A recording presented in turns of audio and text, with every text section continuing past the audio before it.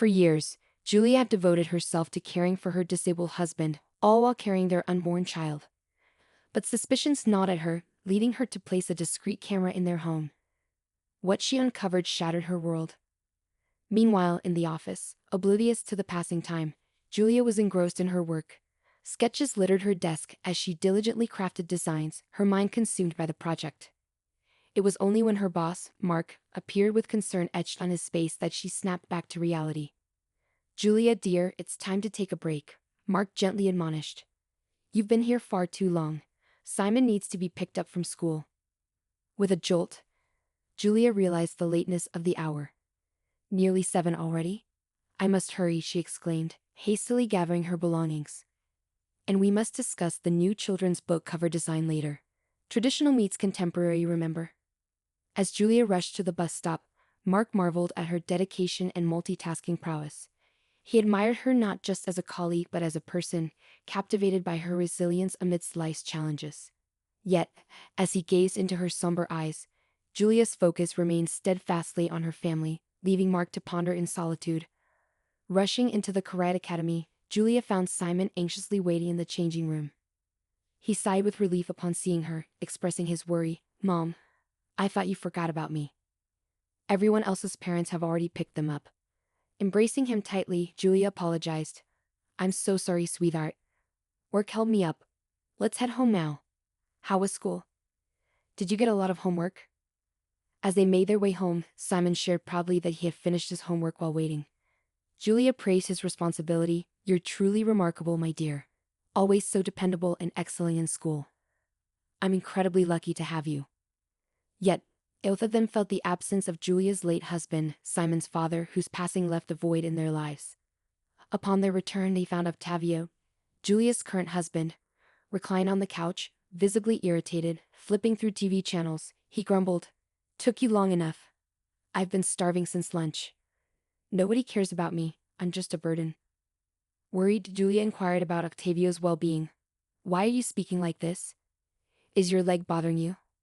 "I'll whip up dinner quickly and prepare a compress for you, I promise." Octavio's demeanor softened as he waited for his meal, while Simon, frustrated by Octavio's lack of consideration for his mother, headed to the kitchen to assist Julia, peeling potatoes and slicing tomatoes. Julia praised her son, grateful for his help. Since Octavio's illness, Julia's life had become an ongoing struggle. Balancing the care of her son, the demands of her job, and the needs of her sick husband left her with no time for herself, perpetually drained and exhausted. In the workplace, Julia commanded deep respect and admiration from her colleagues. Her dedication was unwavering, infused with compassion and boundless enthusiasm. But the roots of her story stretch back much further. Julia, the youngest in her family, faced profound loss early in life. Her parents, aged and frail, departed, leaving her feeling adrift in her spacious apartment bedroom. Yearning for moments shared with her mother, longing for words of encouragement and paternal affection, Julia found herself navigating a world now devoid of their presence. Amidst this tumultuous period, Julia encountered Tony, her first husband. A soldier by profession, Tony's deployments often kept him far from home, punctuated only by brief reprieves. Their love blossomed swiftly, culminating in marriage. Julia stood faithfully by his side, enduring the agonizing stretches of his absence. With the birth of their son Simon, Tony vowed to retire from his perilous occupation. Tragically, that pledge remained unfulfilled. Tony never returned, leaving Julia a widow at the tender age of 25.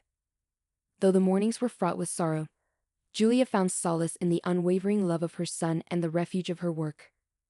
Years later, Julia's path intersected with Octavio, a man of striking contrast to Tony.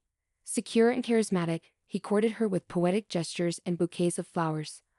Unwittingly, Julia found herself falling deeply in love. Octavio proved adept with Simon, and their bond led to marriage, buoyed by Octavio's steadfast insistence. As a builder, Octavio's work often necessitated travel, providing financial stability to their home. However, murmurs of skepticism swirled among Julia's colleagues at the workshop. Rose, a trusted confidant, voiced concerns, questioning the nature of Octavio's frequent absences and the secrecy surrounding his past. Julia, bristling at the insinuations, defended her husband's honor, urging her colleagues to desist from unfounded speculation. "Please stop," she implored. "Octavio has his reasons for guarding his past. It's not for us to pry. He provides for us, and that's all that matters. And rest assured, our family is expanding with the arrival of our new baby. Simon is overjoyed at the prospect of a sibling. However, tragedy befell Octavio during his work at a construction site in a nearby city. A fall from the third-floor scaffolding left him with severe injuries to his leg and ankle. Despite returning home with a cast, his mobility remained compromised long after the accident. For a man accustomed to activity, this incident dealt a crushing blow, leaving him feeling incapacitated and detached from the world around him. Julia, empathetic and supportive, shouldered the burden of household duties, caring for Simon, and assuming sole financial responsibility as Octavio's ability to work waned. With Octavio confined to their home, unable to contribute economically, Julia found herself stretched thin, especially with the impending arrival of their new baby. Yet, resolute in her determination to remain strong for her children, she soldiered on. What troubled her most, however, was Octavio's demeanor. He appeared disengaged, showing little interest in Simon's academic progress or household matters. Julia couldn't help but feel frustrated that despite his injury, Octavio seemed unwilling to offer even a modicum of support. "Octavio, why do you remain so despondent?" Julia implored, attempting to buoy his spirits. "Perhaps a short walk on the balcony for some fresh air might lift your mood. I'll assist you. It could aid in your recovery. Don't succumb to despair like this. Can't you see how much I'm struggling? I'm in constant pain, and the painkillers hardly alleviate it. I feel utterly helpless." Octavio's response came laced with accusation. "You're selfish, Julia. You only consider your own needs. Pregnancy isn't an ailment. Why do you complain? I spend my days alone, waiting for your return, only to be met with blame when you're here." Julia's heart sank at the bitterness in his words, grappling with the weight of her responsibilities and the strain on their relationship. A few days later, Octavio stumbled upon an online healer named Camila, boasting quick and effective cures for muscular and bone ailments. Despite Julia's attempts to dissuade him, Octavio remained convinced of the treatment's efficacy. Regular visits from Camila ensued, with Octavio claiming a reduction in his pain. On an ordinary day, Julia returned home earlier than usual due to Simon's illness, finding unfamiliar female footwear in the hallway. Realization dawned swiftly: Camila was in their house. The closed kitchen door piqued Julia's curiosity, prompting her to eavesdrop on Octavio and the supposed healer's conversation. What she heard left her reeling. Octavio's discontent spilled forth as he lamented: "Camila, I can't go on like this. Pretending to be infirm is exhausting. My back aches from lying around all day, and I've even put on weight. When will we rid ourselves of Julia and her son? She's already growing tired of me, but I can't wait to claim this magnificent house as my own." Attempting to assuage Octavio's impatience, Camila cautioned, "Rushing this will only invite suspicion, especially now that Julia's pregnant. We must proceed carefully. You'll need to care for the unborn child to avoid arousing suspicion as a widower. Patience is key. We've narrowly escaped detection before. Obtaining reliable poison is imperative. Administer it gradually in their tea, ensuring their demise appears as severe poisoning. No traces must remain. In a month, they'll be gone, and you'll be free." A shiver raced down Julia's spine as she absorbed the sinister plot unfolding before her. Her colleague's suspicions about Octavio had proven tragically accurate. Her immediate impulse to confront them battled with the need for concrete evidence. She couldn't risk their escape. "He never loved me. Our marriage was a facade," Julia realized bitterly. "His reaction to my pregnancy wasn't joy, it was dread. I've endangered Simon by leaving him in Octavio's care." Desperation and determination warred within her as she silently retreated, bracing herself for the confrontation ahead. Gathering her resolve, Julia burst into the room with calculated force, masking her turmoil with practiced composure. "Hello, I'm back," she announced, steeling herself for the tumultuous ordeal ahead. As Julia stepped into the house, the kitchen door creaked open, revealing the healer. "Good afternoon, Julia. Our session just concluded. Your husband is showing signs of improvement. I'm doing everything in my power to aid his recovery," the healer announced. Julia, though shaken, maintained her facade of composure. "Thank you. I'll settle the payment in 2 days when I receive my salary. We'll settle the fees for both sessions," she replied calmly. With a nod, the healer departed, leaving Julia to confront her husband. Engaging in strained conversation with Octavio, Julia tended to his needs before checking on Simon, citing exhaustion and a throbbing headache. She was appalled by Octavio's deceit and the depths of his betrayal. The following day at work, Julia found herself consumed by distress, retreating to the privacy of the bathroom to weep. Lost in her turmoil, she was approached by Mark, whose concern was palpable. "Julia, forgive me if I'm prying, but something's clearly troubling you." "It pains me to see you like this," he remarked gently. Surprised by Mark's empathy, Julia divulged her harrowing ordeal. With a history of trust between them, she poured out her fears and uncertainties. "I feel trapped, Mark. It's like living with a traitor and a potential murderer. What should I do? How can I seek justice and safeguard Simon and myself?" she implored. Mark's response was resolute. "Julia, we must involve the authorities. I'll reach out to a reliable investigator I know. Share everything with him. He'll provide the assistance you need. Additionally, I have a plan. Discreetly tamper with Octavio's wheelchair, removing the screws, and leave a concealed recording device. If he's feigning his condition, he'll reveal it when the chair collapses. That'll be the evidence we require. I'll coordinate with the police for swift action. Remember, you're not alone in this." Empowered by Mark's support, Julia felt a surge of relief. With guidance from the investigator, her fear abated somewhat. She resolved to meticulously gather evidence against Octavio and the fraudulent healer, heeding the investigator's advice to exercise caution, preparing her own food and drink. Yet, with each encounter with Octavio, her resentment and fury simmered beneath the surface, fueling her determination to expose the truth. That night, Julia meticulously tampered with Octavio's wheelchair, carefully removing the screws and setting up her cell phone to record. As Octavio leaned on the chair, the wheels gave way, causing him to tumble. Swiftly rising to his feet, he attempted to maintain his ruse. Simon, drawn by the commotion, dashed into the room, jubilantly exclaiming, "Uncle Octavio, you're not sick anymore. You're cured. How amazing." Julia's applause was laced with sarcasm as she addressed Octavio. "Indeed, Simon, it appears the healer's sessions are yielding miraculous results. Just look at Octavio's sudden agility. How could you deceive us like this? Why pretend to be ill?" Octavio, caught off guard, feigned discomfort, attempting to salvage his facade. But Julia's patience had worn thin. "Enough of this farce, Octavio. Your deceit is laid bare. There was never any injury, it was all a fabrication."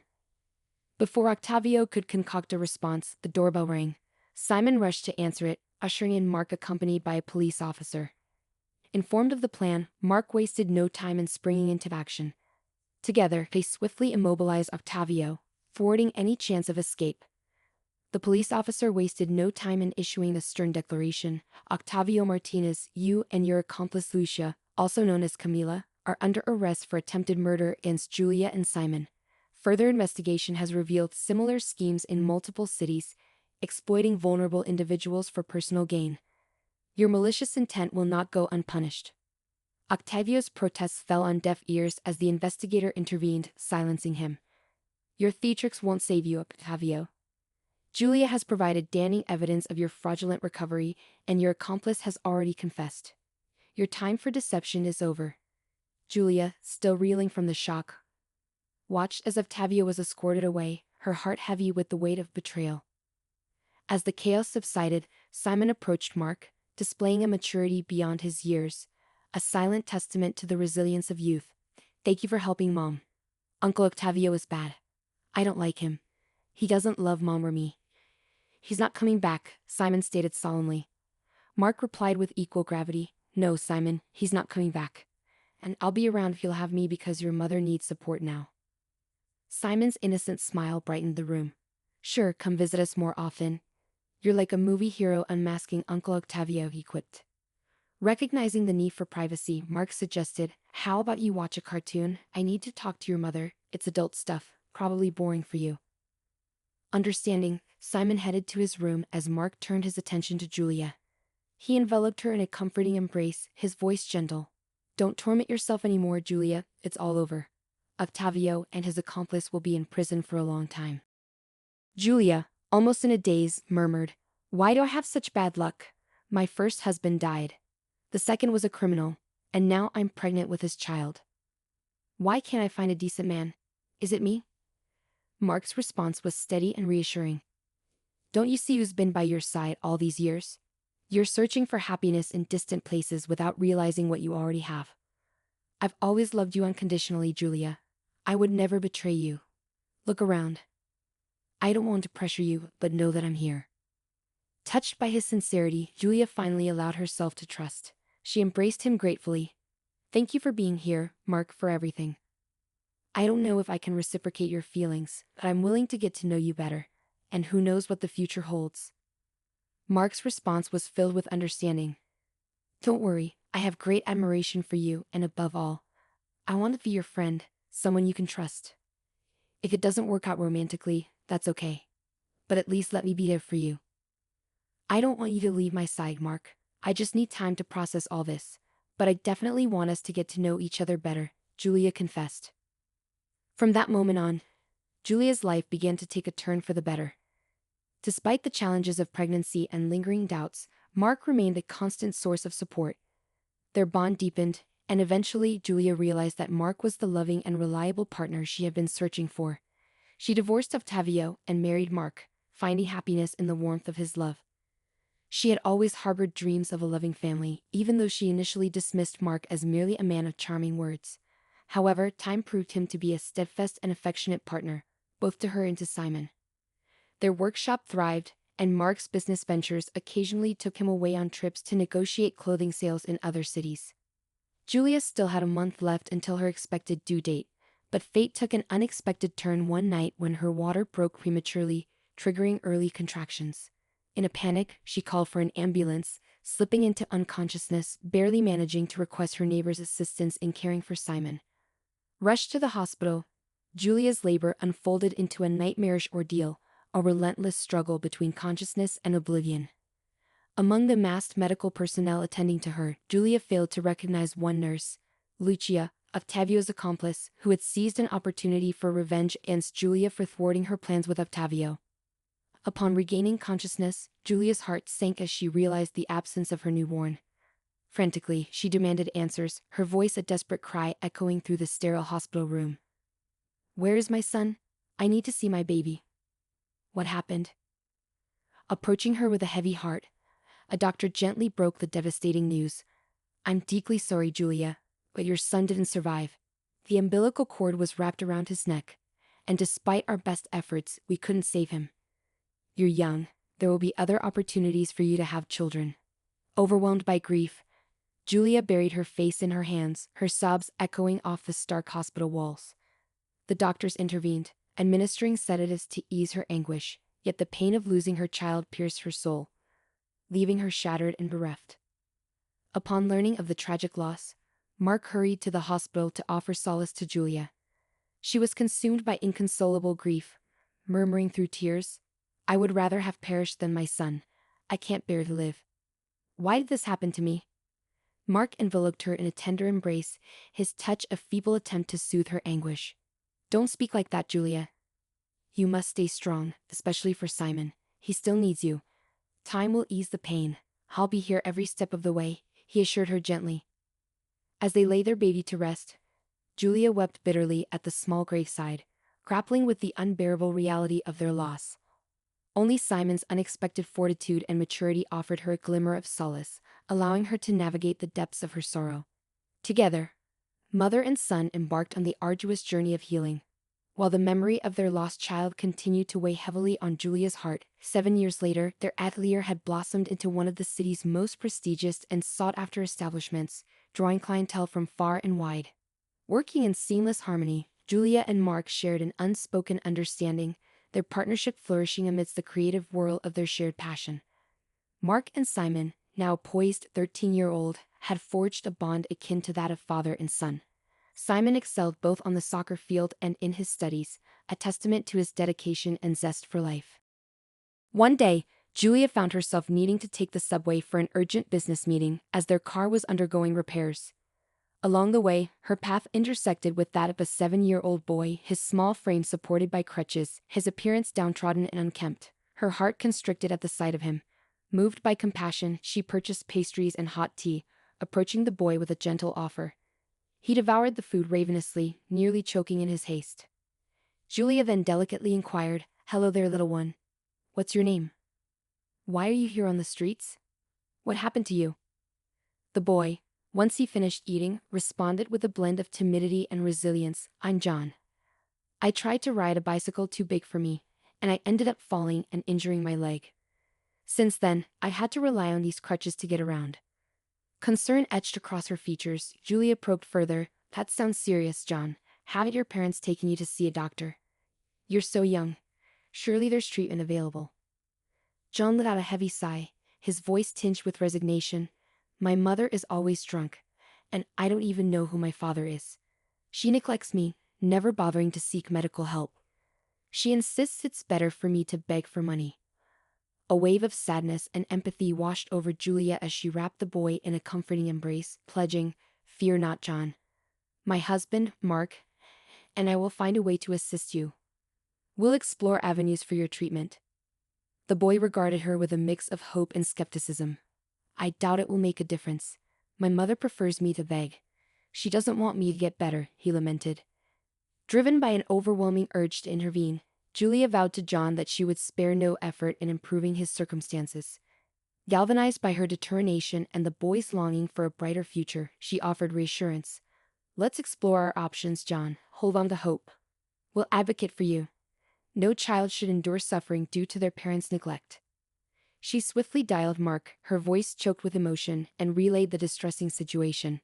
Mark wasted no time, arriving promptly to lend his ear to John's tale and extend his assistance. Together they resolved to visit the boy's home to confront his mother and gain deeper insight into their predicament. With a touch of apprehension, John guided them to his apartment. As they prepared to depart, Julia took note of John's tattered and soiled attire, declaring, We'll pick up some fresh clothes for you on our way. Excitedly, John inquired if he should bring anything along. Julia assured him, No need. We'll take care of everything. Upon reaching the apartment, they were met with a pungent odor of alcohol and tobacco lingering in the air. The apartment lay in disarray, and John's mother lay slumped in a chair, snoring loudly. With a heavy heart, John explained his mother's situation. She hasn't stirred since last night. She was drinking with some men in the kitchen. It'll be a while before she wakes. When she does, she'll demand money from me, then use it to buy more alcohol and cigarettes. If I don't bring enough, she'll hurl insults at me. Why is she like this? Why does she drink? Why doesn't she love me like other mothers? Julia and Mark exchanged grim glances, deeply troubled by John's account. However, their resolve remained unyielding as they declared, We're taking you home, John. Tomorrow, we'll accompany you to see a doctor about your leg, all right? Leaving a note for John's mother detailing their decision, they ushered him away from the desolate scene. John embraced Julia with heartfelt gratitude, likening her to a fairy from his storybooks. Though touched, Julia's smile was tinged with sorrow as she ran her fingers through the boy's unruly curls.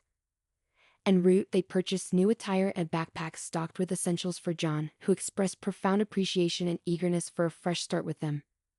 Arriving home, Julia's thoughts were consumed by caring for the child. After bathing John and examining his leg, they realized the severity of the situation. His limb was visibly misshapen, indicating a grave underlying condition. After a nourishing meal and clad in fresh attire, John drifted into a peaceful slumber, a serene smile gracing his lips. Meanwhile, in the kitchen, Julia, Mark, and Simon convened to address their newfound responsibility. Julia was resolute in her determination to care for John, yet Mark voiced apprehensions regarding the potential complexities of formal adoption, cautioning of the legal hurdles they might face. Excited at the prospect of welcoming John into their fold, Simon pledged to be a supportive older brother. Mark interjected, While I'm in favor of John staying with us, we must acknowledge the legal implications. Adoption is a lengthy and intricate process. Are you prepared for this? Undeterred, Julia responded with unwavering resolve. Ever since I laid eyes on John in the subway, something stirred within me. He's no longer a stranger, he's become family.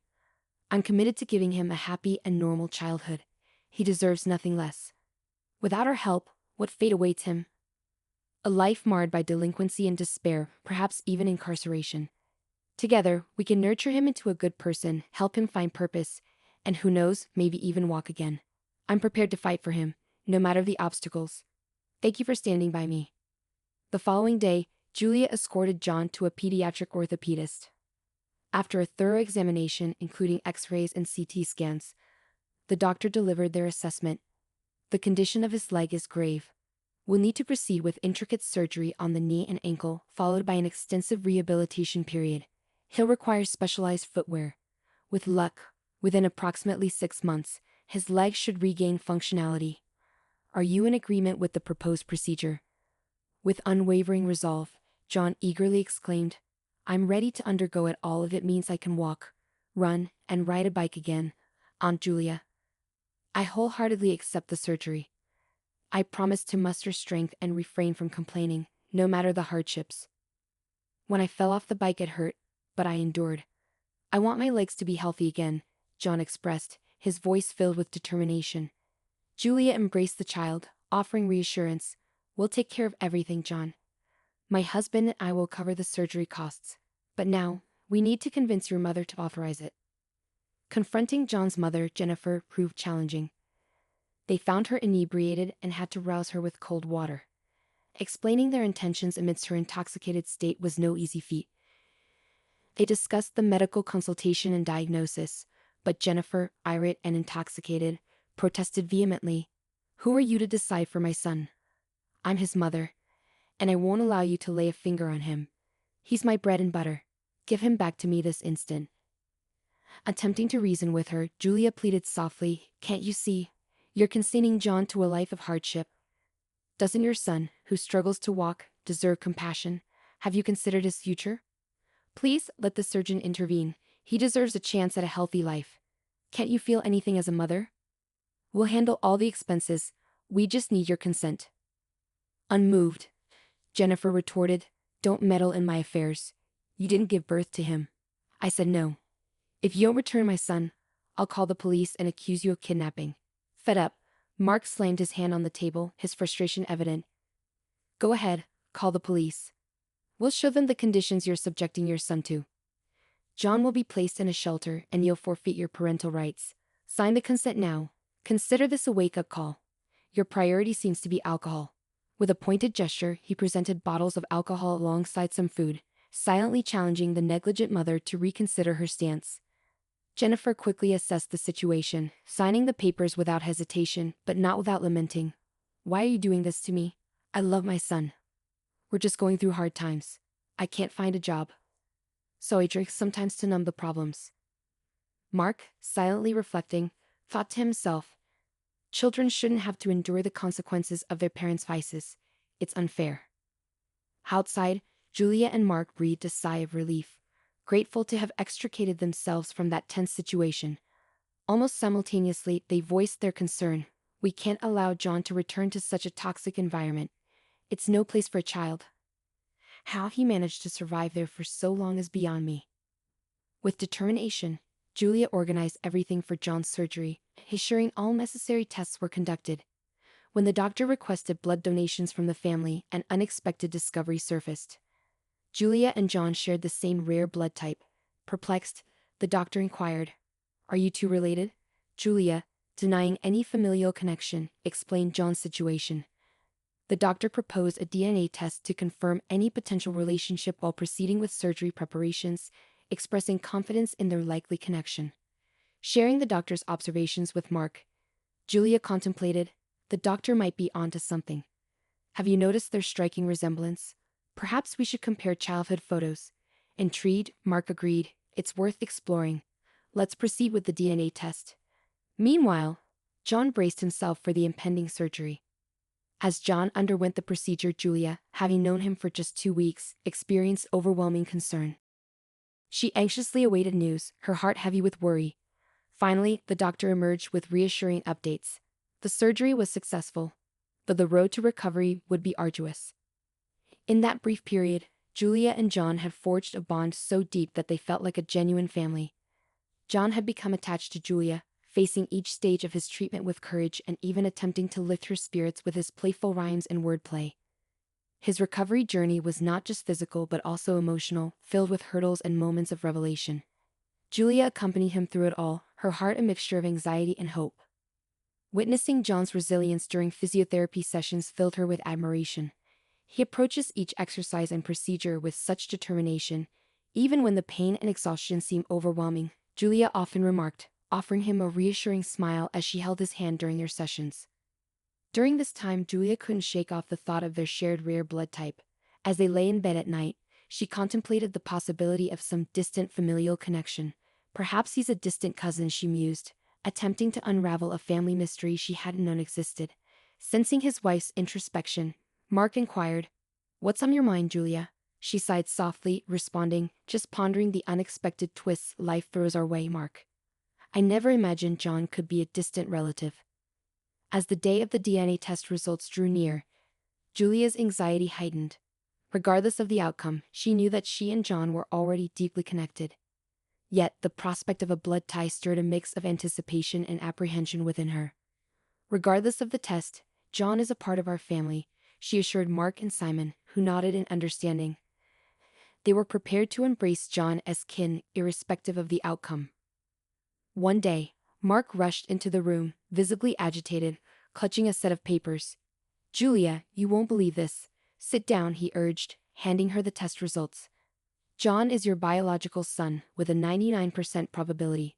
Stunned, Julia struggled to comprehend. "But the baby who died at the maternity wasn't my son.